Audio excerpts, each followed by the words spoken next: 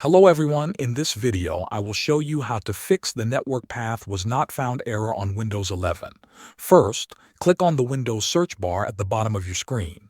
Type Turn Windows Features on or off and open it from the results. A new window will appear with a list of features. Scroll down until you find SMB 1.0 file sharing support. Check the box next to it. If it is already checked, leave it as it is. Click OK and wait while Windows applies the changes. When it is done, restart your computer. This step enables support for older network devices and shared folders that may require SMB version 1. After your computer restarts, we will enable network discovery. Click on the Start button and open Settings. Go to Network and Internet. Then click on Advanced Network Settings. After that, select Advanced Sharing Settings.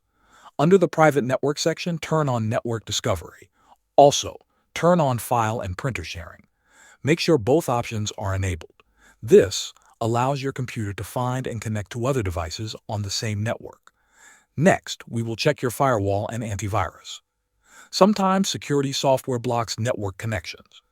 If you are using a third-party antivirus, temporarily disable it.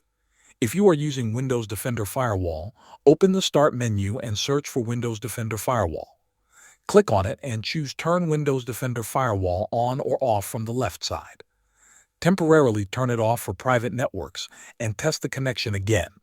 After completing these steps, try to access the network path again. The error should now be fixed. Thanks for watching.